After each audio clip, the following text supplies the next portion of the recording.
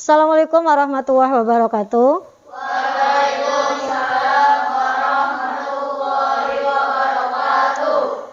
Sebelum memulai pembelajaran, seperti biasa kita awali dulu dengan berdoa bersama yang dipimpin oleh Mas Imdan. Silakan Mas Imdan dipimpin untuk berdoa dulu.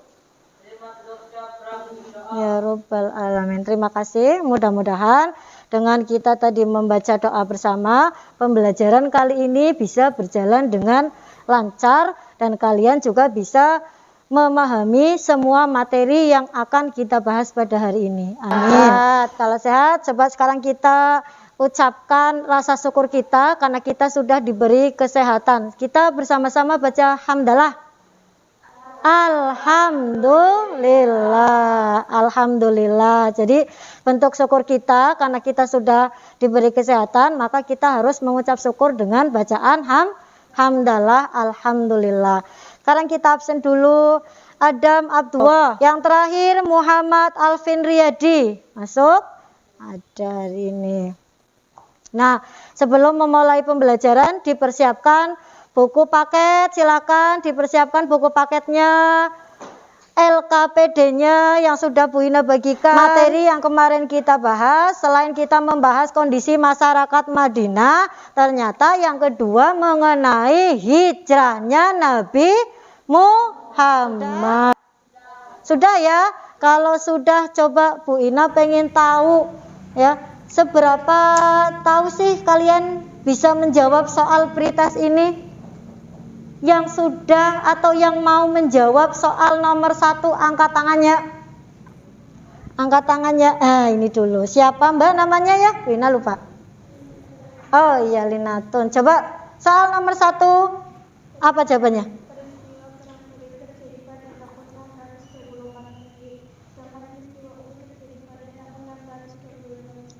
Iya, peristiwa Badar itu terjadi pada tahun 600. Kemudian peristiwa Uhud terjadi pada tahun pertama adalah pada KD 3.3. KD 3.3 di situ menyebutkan bahwa menganalisis strategi dakwah Nabi Muhammad SAW di Madinah. Kemudian ada KD 4.3 merekonstruksi strategi dakwah Nabi Muhammad SAW di Madinah. Kemudian apa indikator pembelajarannya? Yang pertama itu adalah mengidentifikasi peristiwa Badar, tragedi Uhud, dan perjanjian Hudaybiyah. Yang kedua mengidentifikasi peristiwa Fathul Mekah dan Haji Wada. Dan yang ketiga mengaitkan strategi dakwah Nabi Muhammad SAW pada masa.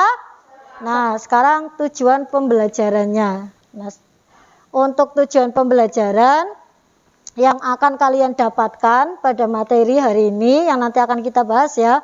Yang pertama bahwa peserta didik mampu mengidentifikasi peristiwa Badar, tragedi Uhud, dan perjanjian Hudaybiyah serta peristiwa Fathul Mekah dan Haji Wada. Yang kedua, peserta didik mampu mengaitkan strategi dakwah Nabi Muhammad di Madinah pada masa sekarang. Yang ketiga, peserta didik mampu menerapkan nilai-nilai dakwah Nabi Muhammad di Madinah dengan baik dan benar.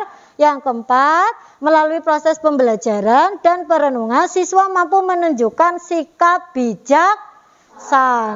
Pembelajarannya yang akan kita dapat, yang pasti adalah memahami bahwa Nabi Muhammad ya sangat bijaksana, pandai menggunakan kesempatan yang berharga, dapat menarik perhatian orang tanpa menimbulkan kemudian selain penilaian sikap ada juga penilaian spiritual ya, penilaian spiritual. Kemudian selain penilaian spiritual nanti juga ada penilaian pengetahuan. Dalam penilaian pengetahuan ada 2 penilaian yang harus kalian capai pada pengetahuannya. Yang pertama adalah tugas individu dan yang kedua adalah tugas diskusi atau kelompok. Kemudian yang terakhir itu adalah penilaian keterampilan. Coba perhatikan.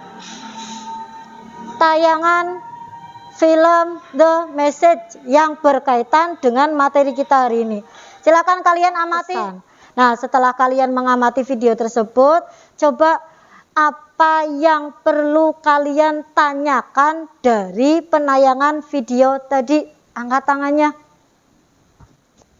Mas Imdan, apa pertanyaannya?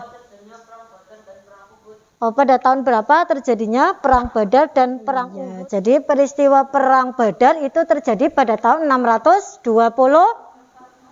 Masehi dan peristiwa perang Uhud terjadi pada tahun.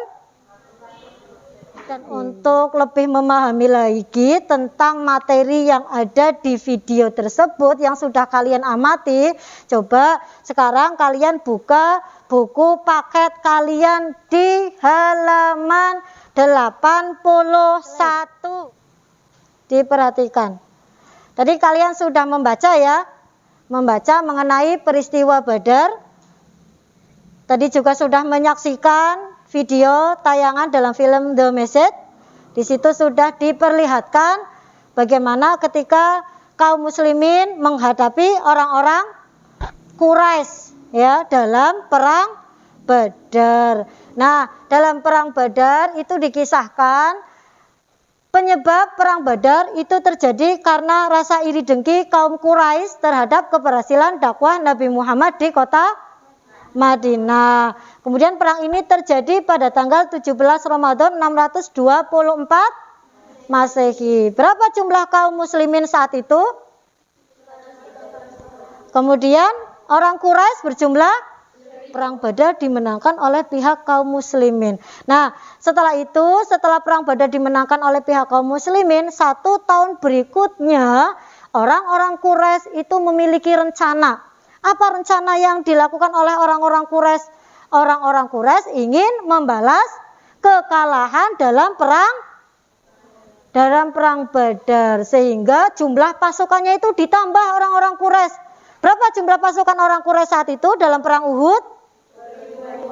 3.000 orang. Sedangkan kalau kaum muslimin 1.000 orang. Sekarang silahkan kalian bergabung di kelompoknya masing-masing sesuai dengan kelompok yang sudah Bu Ina bagikan semalam di WA Group. Ya, Bu Ina semalam sudah membagikan kelompok di WA Group ya. Sudah dibaca semuanya? Sudah membaca semuanya? Sudah. Kalau sudah, langsung menemui pasangannya masing-masing. Ya, kalian diskusikan dengan teman kelompok kalian seperti apa sih strategi dakwah pada masa sekarang yang notabene sekarang ini adalah dunia IT. Ya, dunia yang serba dengan teknologi. Kalau serba teknologi, otomatis ya dakwahnya pun akan berbeda, tidak sama seperti ketika zamannya Rasulullah. Ya, Bu Ina kasih waktu 20 menit untuk mendiskusikan materi tersebut. Ayo berdiskusi dengan temannya. Cari strategi apa yang tepat untuk berdakwah di masa sekarang. Ditulis ya, nanti hasilnya disampaikan dan dikumpulkan.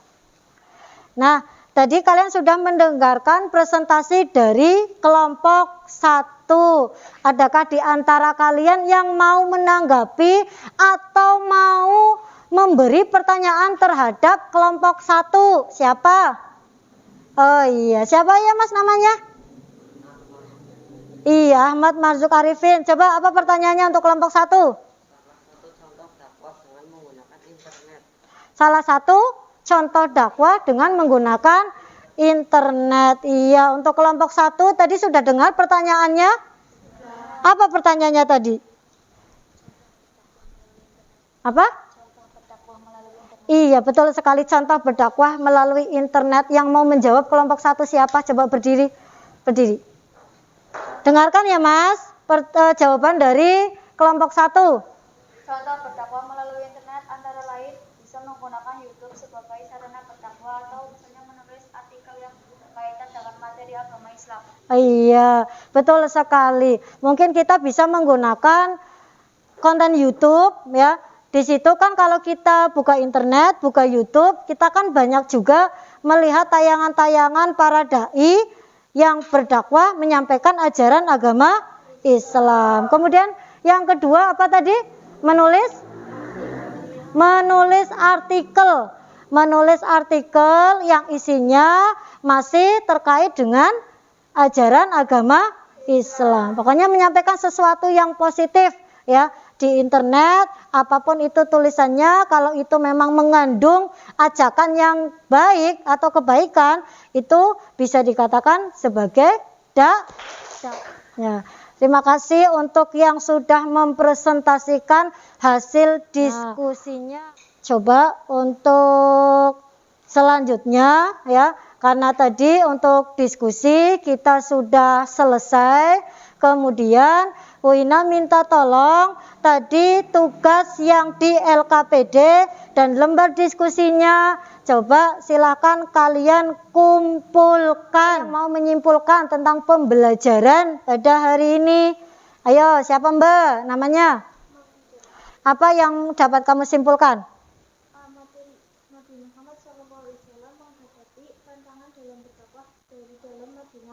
Yaitu orang-orang Yahudi dan dari pihak luar Madinah yaitu orang-orang kafir Quraisy.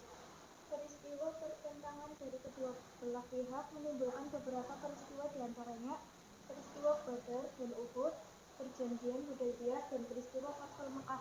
Oh iya, terima kasih untuk Mbak siapa tadi namanya? Maulida yang sudah menyimpulkan untuk pembelajaran hari ini. Dan coba kalian perhatikan di slide ya. Ini Bu Ina simpulkan bahwa Nabi Muhammad ketika menghadapi tantangan dalam berdakwah dari dalam Madinah, yaitu adanya orang-orang Yahudi, dan dari pihak luar Madinah, yaitu adanya orang-orang kafir Quraisy. Refleksinya seperti apa tentang pembelajaran hari ini? Yang mau menyampaikan siapa? Yo, angkat tangan. Oh iya, Mbak siapa namanya? Mbak siapa? Kurang keras suaranya. Masih semangat kan? Masih semangat? Kalau masih semangat coba berdiri.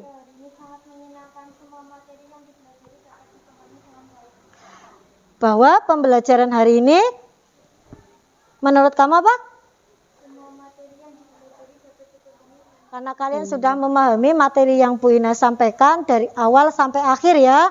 Nah, untuk tugas rumahnya nanti silahkan kalian kerjakan soal yang ada di lembar kerja siswa LKS.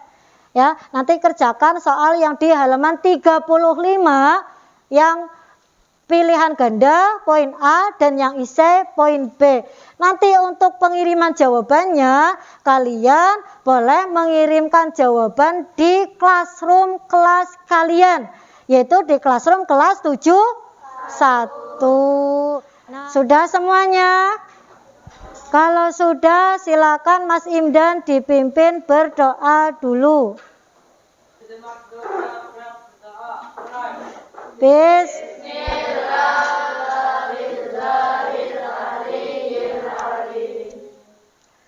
Saya akhiri. Wassalamualaikum warahmatullahi wabarakatuh.